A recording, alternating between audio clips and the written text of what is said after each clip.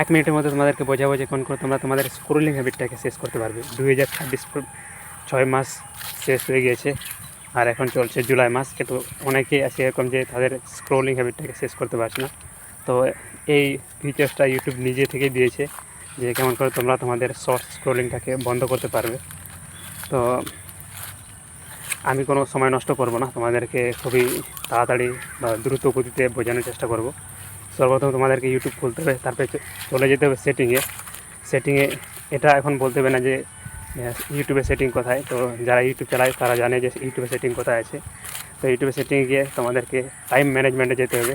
Time ম্যানেজমেন্টে যাওয়ার পর নিচে স্ক্রোলিং ডাউন করতে হবে, তারপরে তোমরা দেখতে হবে শর্ট স্ক্রোলিং।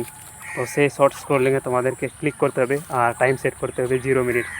তারপরে যখনই তোমরা শর্ট স্ক্রোলিং করবে তখনই সেখানে দেখাবে টাইম লিমিট, তোমাদের দেখাবে টাইম লিমিট, আর তোমরা শর্ট স্ক্রোলিং করতে পারবে না। যখনই তোমরা শর্ট স্ক্রোলিং করবে তখনই সেই পপআপটা চলে আসবে টাইম লিমিট।